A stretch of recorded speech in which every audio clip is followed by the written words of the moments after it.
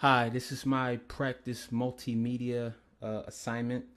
My name is Jerome J. Evans. This is for Bio 435. My intended title for the actual presentation will be titled, What Am I Eating? And first, I'm going to attempt to start off with a position on my behalf.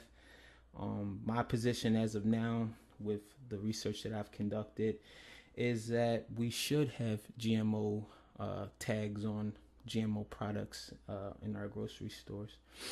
Um, uh, just right now, I believe the government has an obligation to notify the people of the potential hazards and threats of GMOs, not the superstitions, but let the consumer decide for themselves, even if they are superstitious. This is a free country. Um, the ethical issues that arise from this are, to me, seem unethical if you do not have GMOs on products, because it can be misleading to the consumer.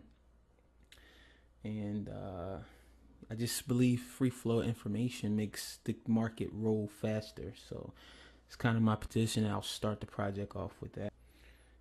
The main ethical issues I'll try to cover based on the industry and based on my position: the possible health effects, the possible environmental effects, and just a free flow of information throughout the markets to let people decide if GMOs are the way of the future and if they want to pursue genetically modified organisms or clones or that nature in their agricultural base or in their everyday lives.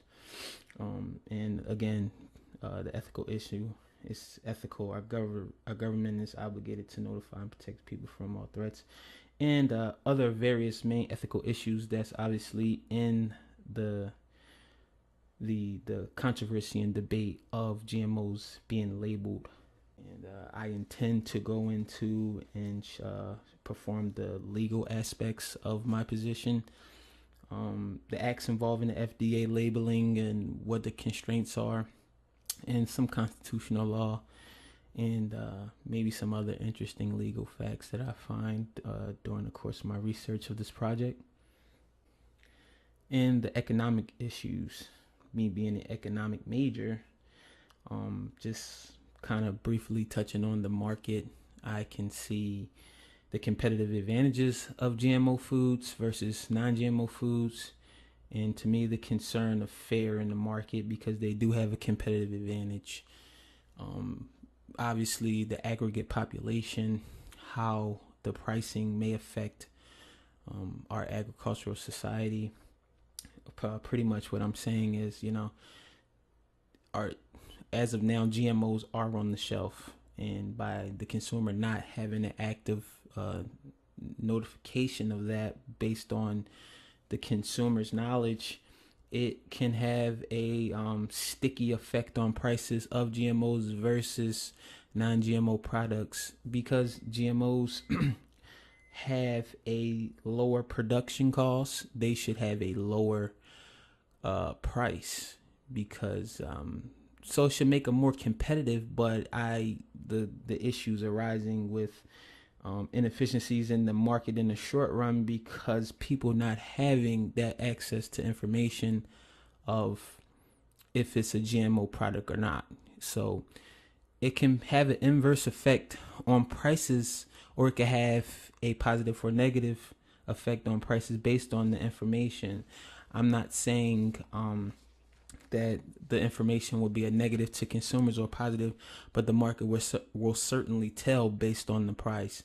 If consumers or manufacturers if they meet any criteria for a lower price or higher price, the market is going to reflect that because the information is out there.